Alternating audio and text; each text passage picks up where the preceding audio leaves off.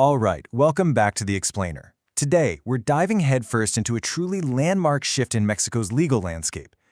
We're looking at a massive collision between a public health emergency and free commerce. The whole thing centers around vapes and synthetic drugs, like fentanyl. So let's jump right in, because you have to wonder, what actually happens when a government decides that, standard laws just aren't cutting it anymore, and they literally have to alter their supreme law to fight a modern crisis? Which brings us to this incredibly high-stakes question: can a constitutional ban actually stop a health crisis? Just think about the magnitude of that for a second. We aren't talking about some local ordinance here or a standard federal regulation. No, we're talking about embedding a specific product ban right into a nation's Magna Carta to try and solve a massive, complex public health emergency. It's a huge move. And, well, it's exactly what Mexico just did.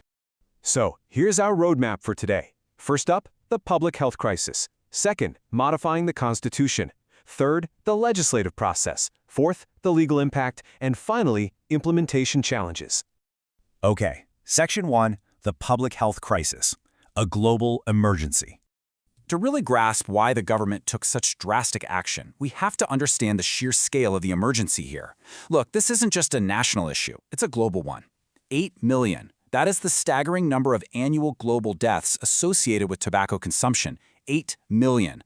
The source material points out that smoking is the main preventable cause of chronic diseases, things like ischemic heart disease and chronic obstructive pulmonary disease.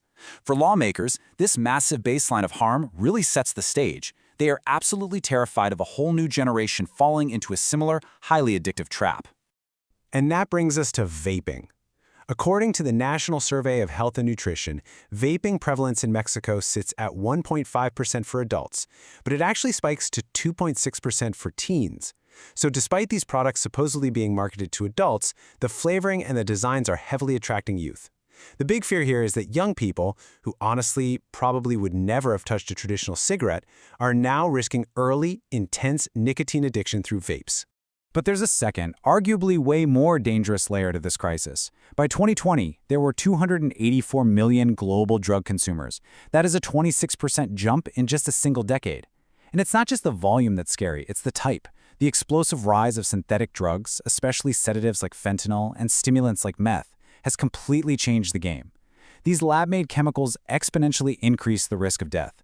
Plus, as the source points out, past wars on drugs mainly focus on fighting criminal groups, which really only spiked violence without actually reducing consumption.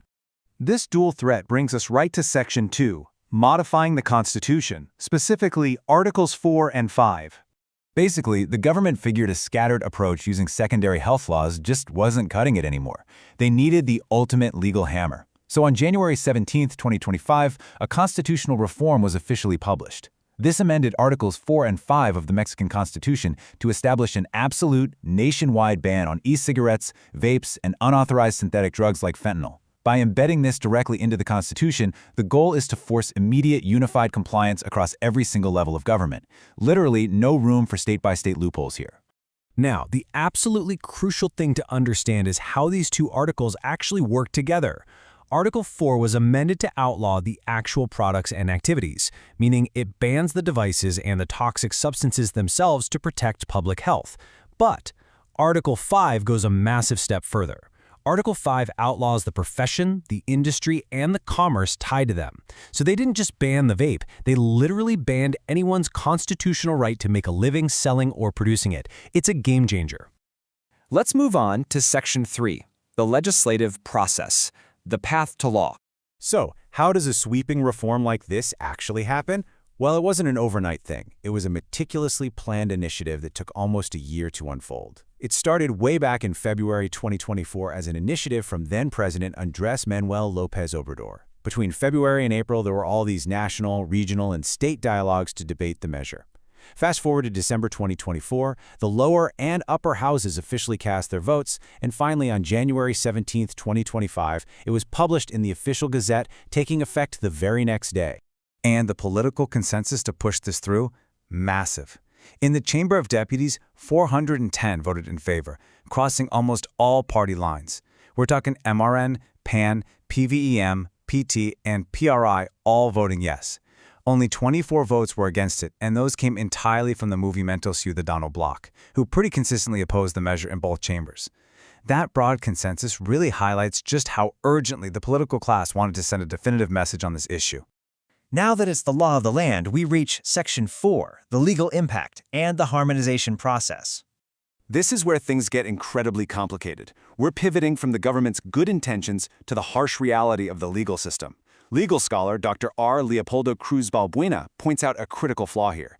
He notes that while the intention behind protecting public health is undeniably good, naming highly specific products like vapes in a foundational legal document is actually considered poor constitutional design. Think about it. Constitutions are meant to outline broad, enduring principles. When you start listing specific consumer tech products, you risk the document becoming outdated quickly, or creating these really rigid legal corners that are super hard to navigate later. And because of this constitutional change, a massive harmonization process is just kicking off.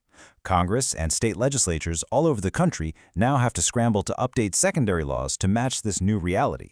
They have to rewrite the general health law, update state health codes, modify the federal penal code, and completely revise foreign trade and sanitary regulations. I mean, the Constitution is the declaration, sure, but the secondary laws, that's where the actual heavy lifting has to happen.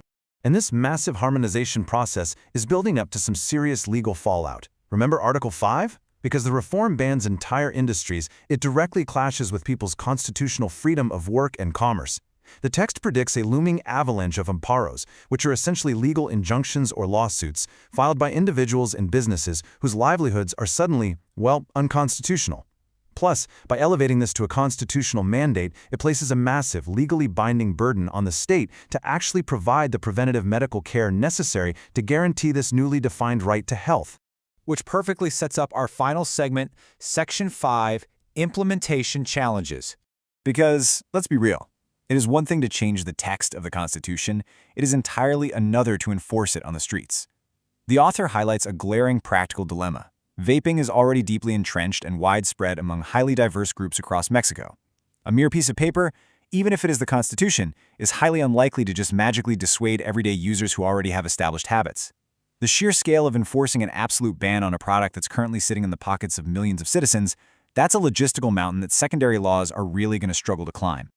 So I want to leave you with this final provocative thought.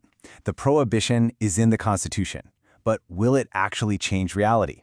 We've seen the data, the legislative consensus, and the looming legal battles over the right to work. Mexico has drawn a definitive line in the sand against vapes and synthetic drugs.